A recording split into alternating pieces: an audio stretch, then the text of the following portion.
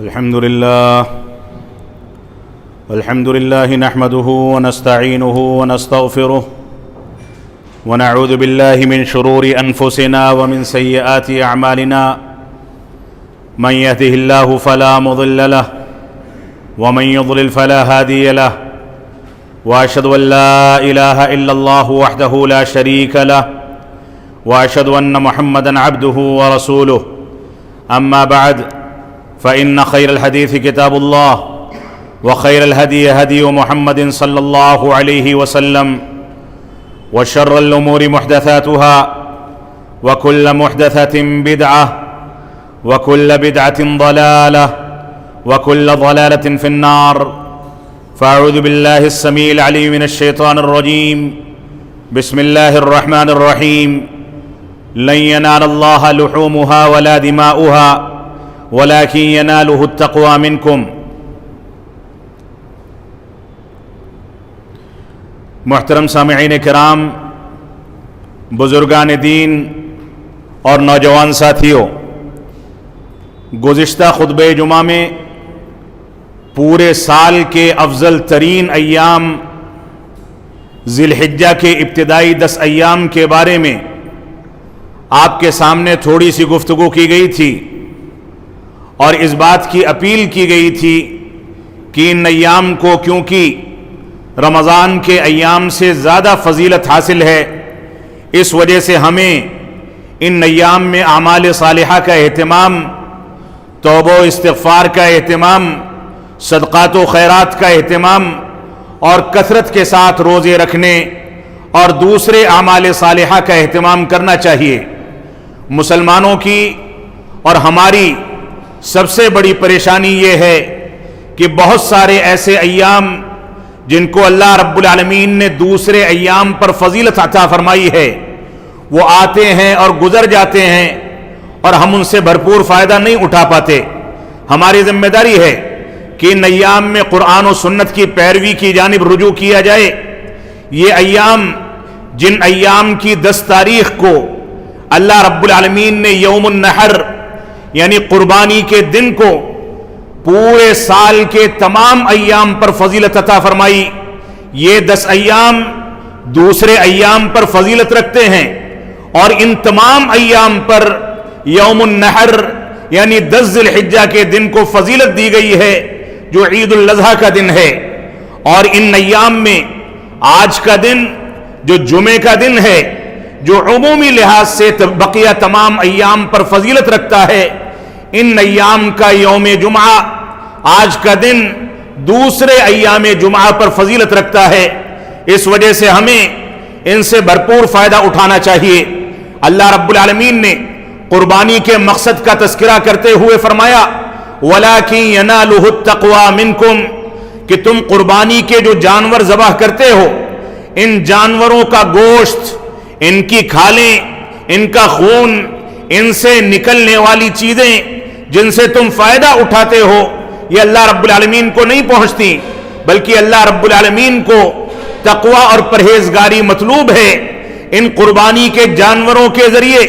تم اللہ رب العالمین سے کتنے قریب پہنچتے ہو، اللہ رب العالمین کی رضامندی کا کتنا خیال کرتے ہو، یہ بنیادی مقصد ہے ان قربانی کے ایام کا۔ اللہ رب العالمین نے ان ایام میں ابراہیم علیہ السلام کی تاریخ کو زندہ کرنے کا بھی حکم دیا۔ انہی ایام میں ابراہیم علیہ السلام کی وہ تاریخ کہ جب اللہ رب العالمین نے ان کو حکم دیا، بار بار خواب میں یہ دکھایا گیا کہ اپنے بیٹے کو اللہ رب العالمین کی راہ میں قربان کر دیں، جو بیٹا منتوں کے بعد، اللہ رب العالمین سے دعاؤں کے بعد اور ایک طویل خواہش کے بعد بڑھاپے کی عمر میں اللہ رب العالمین نے عطا فرمایا تھا، حکم دیا کہ اس بیٹے کو ذبح کر دیا جائے۔ اللہ رب العالمین کے حکم کے پیروی میں ابراہیم علیہ السلام نے اپنے بیٹے کو قربان کرنا اپنے لیے ضروری سمجھا۔ جب بیٹے کے سامنے اس بات کا تذکرہ کیا گیا کہ اللہ رب العالمین نے مجھ کو یہ حکم دیا ہے کہ میں تم کو اس کی راہ میں قربان کر دوں، تو بیٹے نے پوری فرما برداری کے ساتھ اس بات کا اقرار کیا کہ جب اللہ رب العالمین کا حکم ہے تو میں کچھ بھی چوں چرا کرنے کا حق نہیں رکھتا۔ اللہ رب العالمین نے اسی موقع سے بیٹے کی جگہ پر جب ابراہیم علیہ السلام اپنی آنکھ پر پٹی باندھ کر کے بیٹے کو قربان کرنے چلے تو اللہ رب العالمین نے جنت سے ایک دمبا لا کر کے وہاں پیش کرنے کا حکم دیا اور اس کے بعد اس کی قربانی پیش کی گئی۔ وہ تاریخ، اس تاریخ کے ذریعے ایثار و قربانی کے جذبے کو اپنے اندر پیدا کرنا، دین کے لیے سب کچھ قربان کر دینے کا جذبہ اور اس بات کا جذبہ کہ دین کے نام پر کوئی آنچ نہیں آئے گی، اللہ رب العالمین جو حکم دے اس کو پورا کیا جائے گا، اس جذبے کی تجدید کرنے کا نام عید الاضحیٰ ہے۔ اور رسول اکرم صلی اللہ علیہ وسلم کی یہ سنت جس کو آپ نے صاحب استطاعت پر واجب قرار دیا، اس سنت کو عید الاضحیٰ کے موقع سے زندہ کرنا یہ ہماری ذمہ داری ہے۔ اللہ رب العالمین نے ابراہیم علیہ السلام کے اسی تقوی، اسی ایمان، اسی ثابت قدمی اور اسی قربانی اور ایثار کے جذبے کے نتیجے میں قرآن مجید میں ان کو امام الموحدین قرار دیا، ان کی زندگی کو ہمارے لیے اسوہ اور نمونہ قرار دیا۔ تو یہ توحید کا وہ پیغام ہے، یہ ابتدائی 10 ایام ہوں، عید الاضحیٰ کی قربانی ہو، ایام تشریق ہوں، ان ایام میں حجت بیت اللہ کو انجام دینا ہو یا اپنے گھروں پر رہ کر کے قربانیاں پیش کرنا ہو، یہ سارے کے سارے اعمال توحید باری تعالی اور اللہ رب العالمین کی وحدانیت کی دعوت دینے والے اعمال ہیں۔ اللہ رب العالمین نے اپنی اسی وحدانیت کے مد نظر قرآن مجید میں ابراہیم علیہ السلام کی زندگی کو ہمارے لیے اسوہ اور آئیڈیل قرار دیا۔ ہماری ذمہ داری ہے کہ اس موقع سے ہم غیر اللہ کی عبادت سے توبہ کریں، اس موقع سے ہم توحید کے تقاضوں کے مطابق چلنا سیکھیں، اس موقع سے ہم توحید کے تقاضوں کو سمجھیں، اس بات کو سمجھیں کہ اللہ رب العالمین کے علاوہ کسی کے آگے نہ سجدہ ہو سکتا ہے، نہ رکوع ہو سکتا ہے۔ اللہ رب العالمین کو چھوڑ کر کے نہ کسی سے اولاد کی طلب کی جا سکتی ہے، اللہ رب العالمین کو چھوڑ کر کے نہ کسی سے دعائیں کی جاتی ہیں، نہ کسی سے امید رکھی جاتی ہے، نہ کسی کا خوف رکھا جاتا ہے۔ یہ ساری کی ساری چیزیں صرف اور صرف اللہ رب العالمین کے ساتھ خاص ہیں۔ ہماری ذمہ داری ہے کہ ہم سجدہ کریں تو صرف رب کائنات کے آگے جھکیں، ہم رکوع کریں تو اسی کے آگے جھکیں، ہم نمازیں پڑھیں، تلاوت کلام پاک کا اہتمام کریں، دین اسلام کے دوسرے احکامات کی پیروی کریں، تو ہر چیز میں اللہ رب العالمین کی رضامندی مقصود ہو۔ یہی پیغام ہے ان ایام کا، یہی پیغام ہے حج بیت اللہ کا، اور یہی پیغام ہے عید الاضحیٰ کا۔ اللہ رب العالمین ہم کو اس کی پیروی کرنے اور اس کے تقاضوں پر عمل کرنے کی توفیق عطا فرمائے۔ تو عید الاضحیٰ کے پیغام کو ذکر کرتے ہوئے اللہ رب العالمین نے فرما دیا لن ینال اللہ لحومها ولا دماؤها ولكن يناله التقوى منکم، کہ اللہ رب العالمین کو نہ اس قربانی کے جانور کا گوشت پہنچتا ہے، نہ خون پہنچتا ہے، بلکہ اس کو تمہارا تقوی اور پرہیزگاری مطلوب ہے، لہذا اس کو بحسن و خوبی انجام دیا جائے، اور ریاکاری کر کے، دنیا داری کر کے، شہرت طلبی کے لیے، دنیا میں نام کمانے کے لیے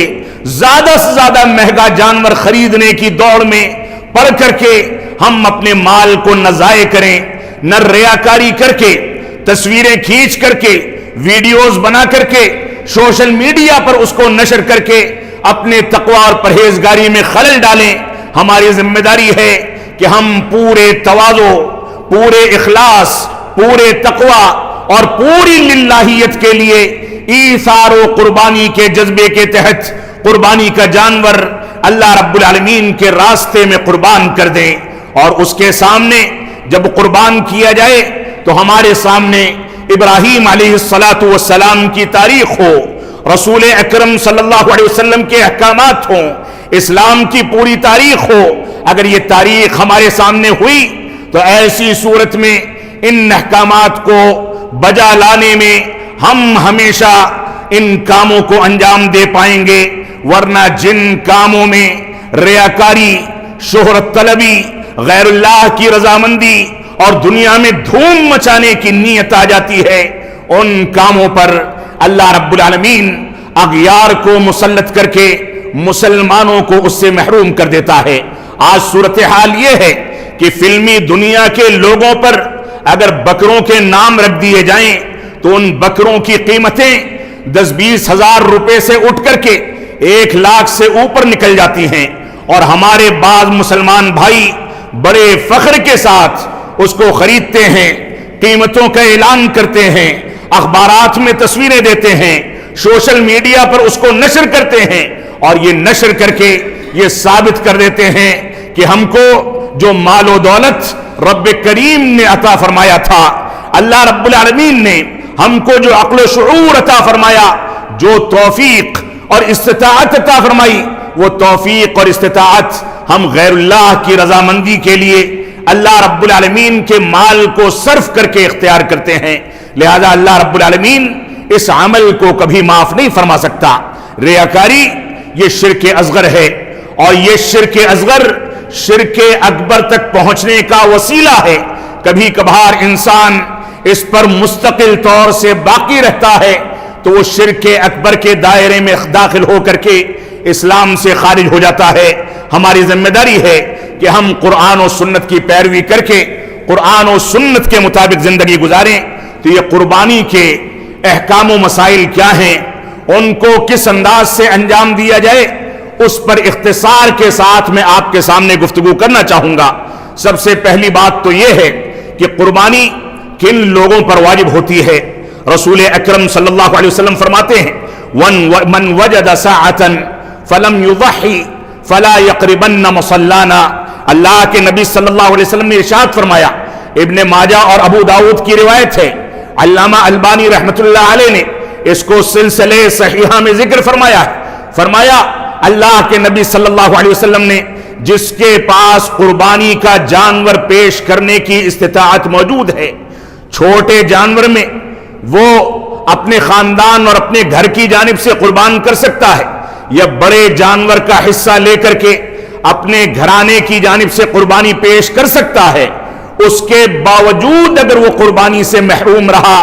قربانی سے دور رہا، تو ایسی صورت میں وعید سنا دی گئی کہ وہ عیدگاہ کے قریب نہ آئے، عیدگاہ میں مسلمانوں کے ساتھ عید کی نماز کی خوشیوں میں شریک نہ ہو، کیونکہ اس نے استطاعت رکھنے کے باوجود اللہ رب العالمین کے حکم کی پیروی نہیں کی ہے۔ بعض فقہا اور بعض علماء یہ بھی کہتے ہیں کہ قربانی یہ سنت ہے، سنت مؤکدہ ہے، لہذا اس کو واجب نہیں کہا جا سکتا، لیکن حقیقت یہ ہے کہ دوسرے بہت سارے بڑے علماء کرام اس بات کے قائل ہیں کہ یہ استطاعت کی صورت میں واجب ہے، لیکن انسان کے پاس طاقت نہ ہو، استطاعت نہ ہو تو یہ وجوب اس سے ساقط ہو جاتا ہے، اور وہ قربانی پیش نہ کرے تو ایسی صورت میں گنہگار نہیں ہوگا۔ تو قربانی کا حکم یہ ہے کہ استطاعت کی صورت میں اس کو پیش کرنا ہر مسلمان پر واجب ہے۔ ایک قربانی کتنے لوگوں کی جانب سے پیش کی جائے اور کتنے لوگ اس میں شریک ہوں گے، اس سلسلے میں ہمارے معاشرے کے فقہاء کرام ہمارے گھرانوں کو، ہمارے عوام کو اس سلسلے میں غلط انداز کا گائیڈ کرتے ہیں۔ اللہ کے نبی صلی اللہ علیہ وسلم کے عہد مبارک میں صحابہ کرام نے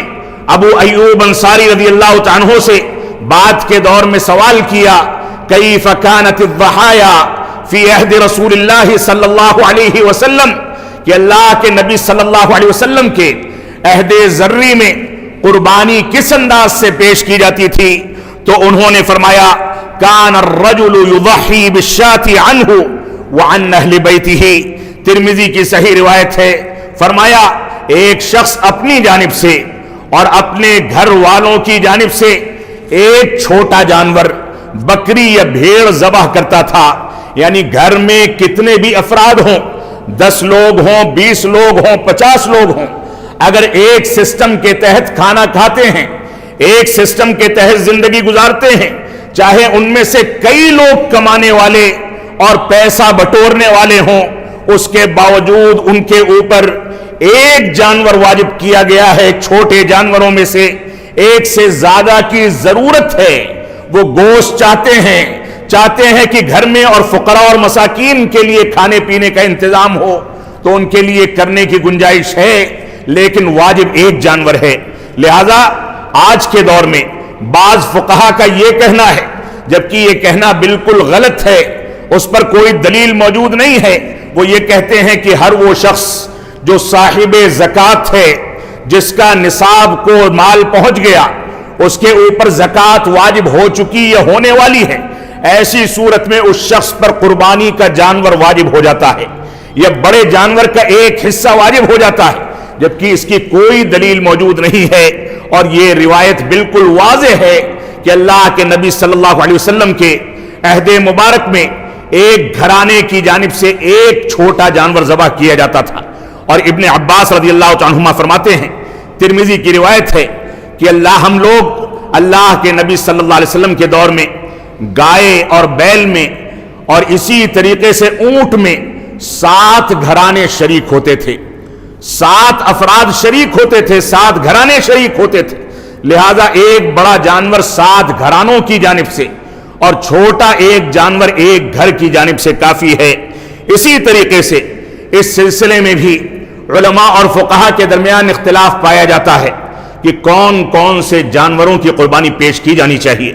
سورۃ الانعام میں اللہ رب العالمین نے ارشاد فرمایا, 8 ازواج من الضأن 2 ومن المعز 2. اللہ رب العالمین نے فرمایا یہ 8 جانور ہیں, 4 جوڑے. ان 4 جوڑے جانوروں کی قربانی کو اللہ رب العالمین نے بہیمۃ الانعام ہونے کی حیثیت سے تمہارے لیے مسنون قرار دیا ہے. ایک بکری نر اور مادہ, ایک بھیڑ نر اور مادہ, ایک گائے نر اور مادہ. اگر کسی علاقے میں قانونی لحاظ سے اس کی قربانی پیش کرنے میں کوئی دشواری نہیں ہے تو ایسی صورت میں اس کی قربانی پیش کی جا سکتی ہے. اور اونٹ نر اور مادہ یہ 4 جانور ہیں, ان کی قربانی پیش کرنے کو مسنون قرار دیا گیا ہے. فقہائے کرام کے درمیان اس چیز کو لے کر کے اختلاف ہے کہ کیا بھینس کی قربانی یہ ہمارے لیے مسنون ہے, جائز ہے یا جائز نہیں ہے. بعض علماء کہتے ہیں, اور دونوں گروپوں میں قابل اعتماد اور قابل احترام علماء کرام کا شمار ہوتا ہے. بعض علماء کہتے ہیں کہ بھینس کیونکہ گائے کی نسل میں سے ایک نسل ہے لہذا اس کی قربانی کرنا جائز ہے. بعض دوسرے علماء کہتے ہیں کہ نہیں, بھینس الگ چیز ہے اور گائے الگ چیز ہے, لہذا گائے کی قربانی تو جائز ہوگی لیکن بھینس کی قربانی جائز نہیں ہوگی. اور اس سلسلے میں صحیح بات اور راجح مسئلہ میری رائے اور بعض علماء کرام کی رائے کے مطابق یہ ہے کہ مسلمان پورے سال میں عید الفطر کا موقع ہو, رمضان المبارک کا موقع ہو, عید الاضحیٰ کا موقع ہو, دوسری تقاریب ہوں, شادی بیاہ کا موقع ہو, ہر موقع پر اپنے کپڑوں کے لیے, اپنے سامان کے لیے, تقاریب کے لیے, کھانے پینے کے لیے بے تحاشا خرچ کرتا ہے. لیکن سال میں ایک موقع ہے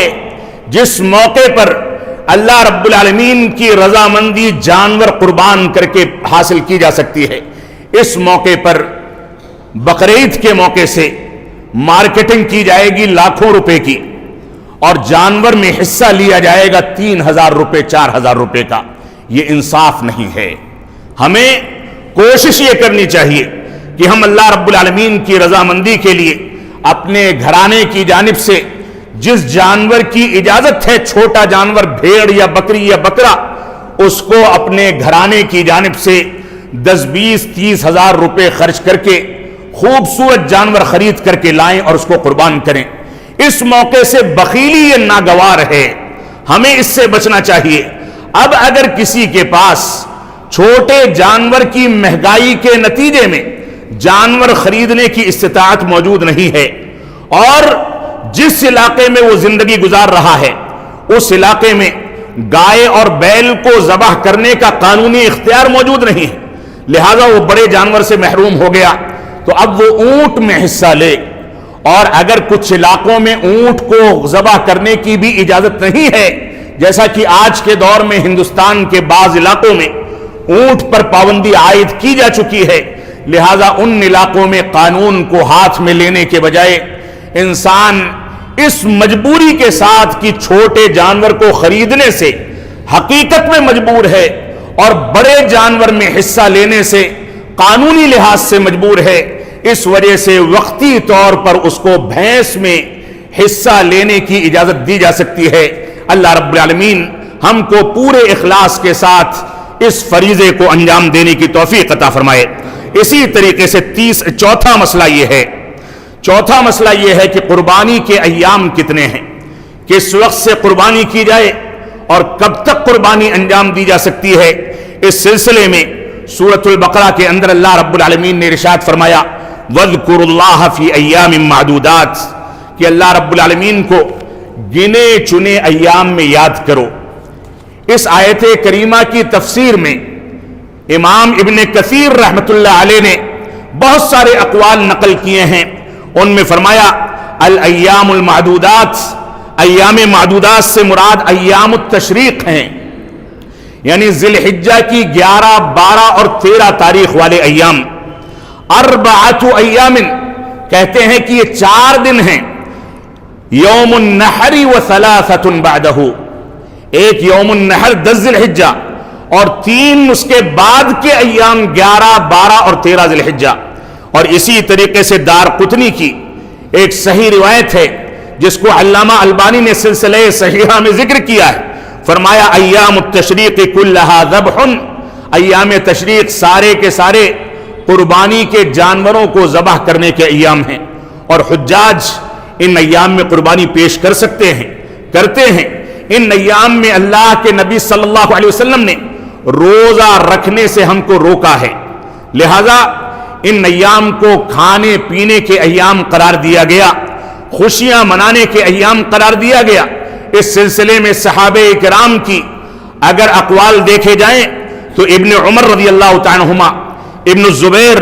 ابو موسیٰ اشعری، مجاہد، عکرمہ، سعید بن جبیر اور ابراہیم نخعی اور بہت سارے صحابہ اور تابعین کا یہ قول ہے کہ ایام تشریق 3 دن ہیں اور یوم النحر 1 دن ہے، یعنی قربانی 4 دنوں تک پیش کی جا سکتی ہے۔ اور ایام تشریق میں جو 13 ذی الحجہ کو عصر کے بعد تک رہتا ہے، ان ایام تک تکبیرات عیدین کو پکارنا بھی مسنون عمل ہے، لہذا ان ایام میں ہم کو قربانی پیش کرنی چاہیے۔ اسی طریقے سے 5واں مسئلہ عید الاضحیٰ کی قربانی کے احکام و مسائل میں یہ ہے کہ ہم جو جانور خریدتے ہیں وہ کیسا ہونا چاہیے، اس کی صفت کیا ہونی چاہیے، کس انداز کا دکھے۔ اس سلسلے میں اللہ کے نبی صلی اللہ علیہ وسلم کی روایت ہے، صحابہ کرام کہتے ہیں کہ ضحى النبی صلی اللہ علیہ وسلم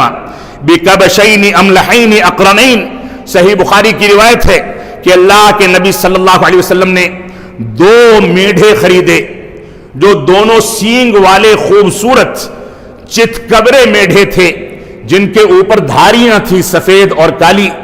چتکبرے میڑھے تھے، خوبصورت تھے، تندرست تھے، ان کو خریدا اور ذبح کیا۔ اسی طریقے سے رسول اکرم صلی اللہ علیہ وسلم نے فرمایا لا تذبحوا الا مسنہ الا ان یعصر علیکم فتذبحوا جذعۃ من الظأن، فرمایا کہ دانتے جانور کے علاوہ کوئی جانور ذبح نہ کیا کرو جس کے دودھ کے دانت ٹوٹ کر کے اصل دانت آ گئے ہوں، وہ جانور ذبح کیا جائے۔ لیکن اگر ایسا جانور بازار میں دستیاب نہ ہو تو اللہ کے نبی صلی اللہ علیہ وسلم فرماتے ہیں کہ اگر ڈھونڈنے میں پریشانی ہوتی ہے، مشکلات کا سامنا کرنا پڑتا ہے، تو 1 سال کا دمبا اگرچہ اس کے دودھ کے دانت نہ ٹوٹے ہوں یا نئے دانت نہ آئے ہوں، لیکن 1 سال کی عمر ہو گئی ہو، تو ایسی صورت میں 1 سال کا دمبا تم ذبح کر سکتے ہو۔ اور بعض روایات میں، یہ صحیح مسلم کی روایت ہے، اور بعض صحیح روایات میں موجوعین کا تذکرہ ملتا ہے کہ اللہ کے نبی صلی اللہ علیہ وسلم نے جو جانور خریدے وہ خسی تھے۔ آج ہمارے معاشرے میں کچھ ایسے فرقے ہیں جو خسی جانوروں کو عیب شمار کر کے ان کا ذبیحہ پیش کرنے کو حرام کہتے ہیں، جبکہ یہ بالکل غلط بات ہے۔ خسی جانور کا گوشت لذیذ ہوتا ہے، اللہ کے نبی صلی اللہ علیہ وسلم کو وہ پسند تھا اور اسی کو قربان کیا کرتے تھے، لہذا خسی جانور کا ہونا یہ عیب کی علامت نہیں ہے بلکہ یہ اس کی فطرت ہے۔ اللہ رب العالمین نے اس کی قربانی کو ہمارے لیے جائز قرار دیا۔ اسی طریقے سے چند عیوب ہیں جو جانور کے اندر اگر پائے جائیں تو ان کی قربانی سے بچنے کا حکم دیا گیا۔ اللہ کے نبی صلی اللہ علیہ وسلم کا فرمان ہے، اربع لا تجوز فی الاضاحی، 4 ایسے جانور ہیں جن کو اضاحی یعنی قربانی میں پیش نہیں کیا جا سکتا۔ اس روایت میں 4 عیوب کا تذکرہ اور اس کے علاوہ بعض روایتوں کو جمع کیا جائے تو ان ساری کی ساری احادیث کے اندر جن عیوب کا تذکرہ جمع کیا جاتا ہے وہ ایک عیب یہ ہے کہ وہ جانور اندھا ہو اور بھینگا ہو۔ اندھا ہے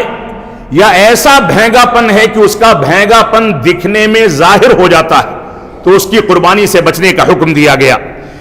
ایسا جانور جس کی زبان مکمل طریقے سے کٹی ہوئی ہو اس کی قربانی پیش کرنے سے بھی روکا گیا۔ ہلکا پھلکا زخم مگر زبان میں ہے تو اس سے کوئی فرق نہیں پڑتا۔ اسی طریقے سے الجدعا، ایسا جانور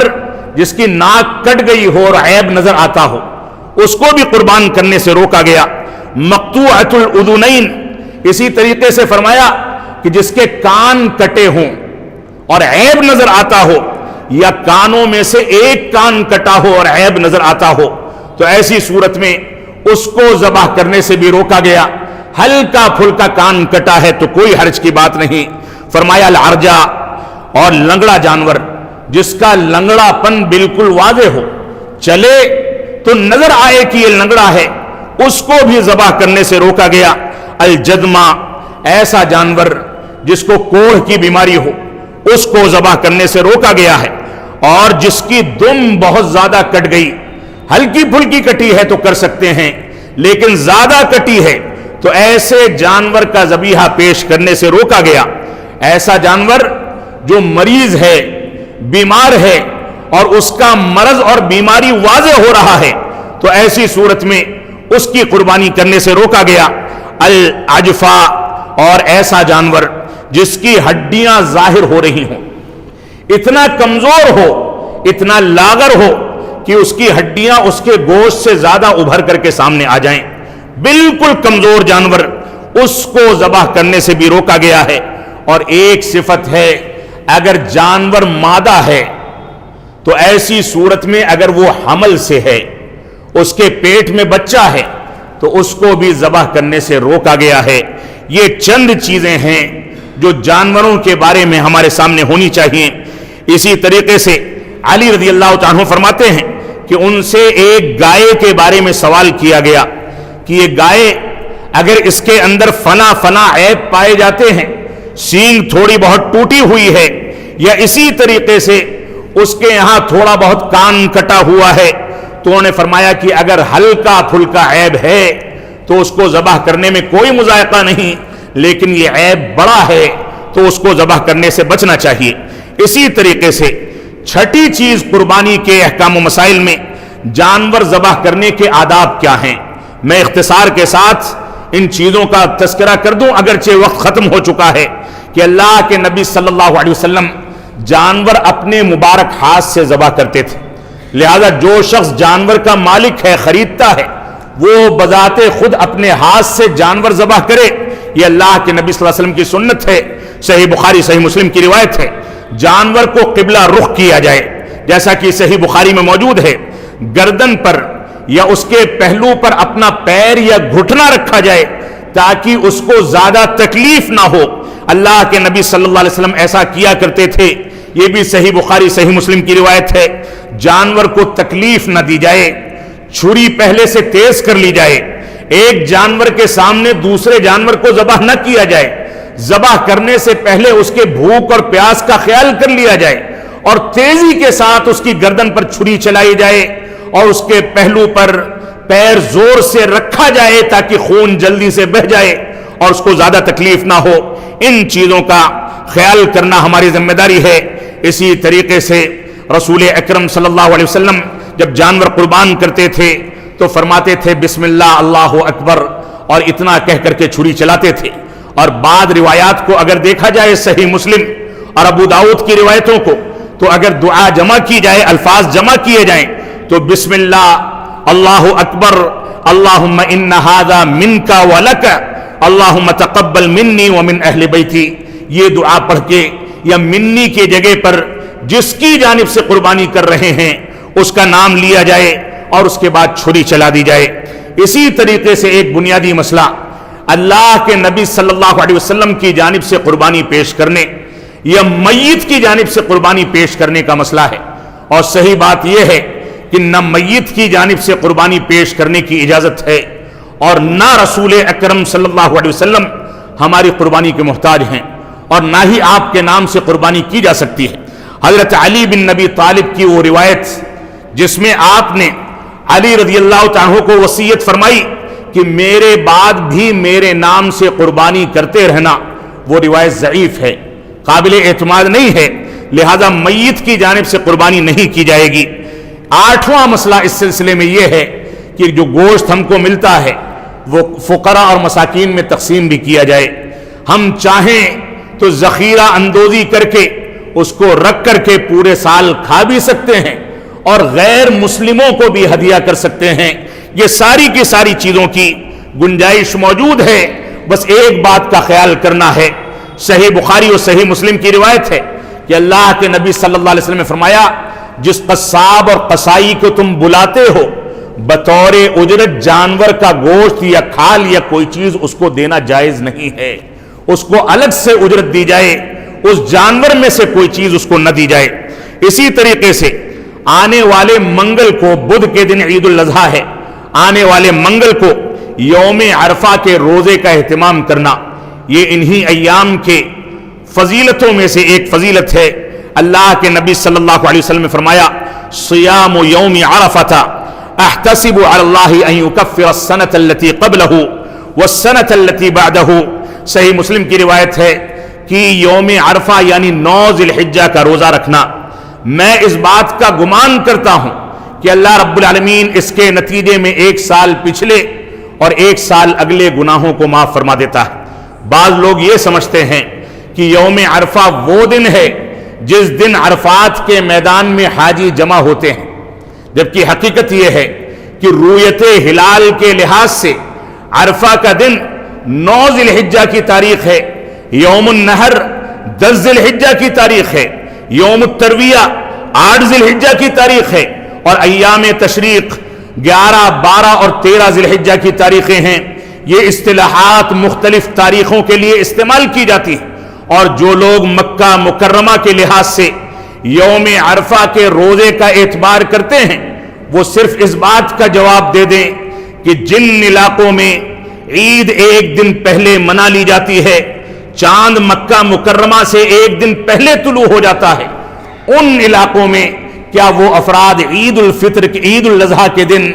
یوم عرفہ کا روزہ کس بنیاد پر رکھ پائیں گے؟ اللہ رب العالمین ہم کو دین کا شعور عطا فرمائے۔ اسی طریقے سے صلاۃ عید کا طریقہ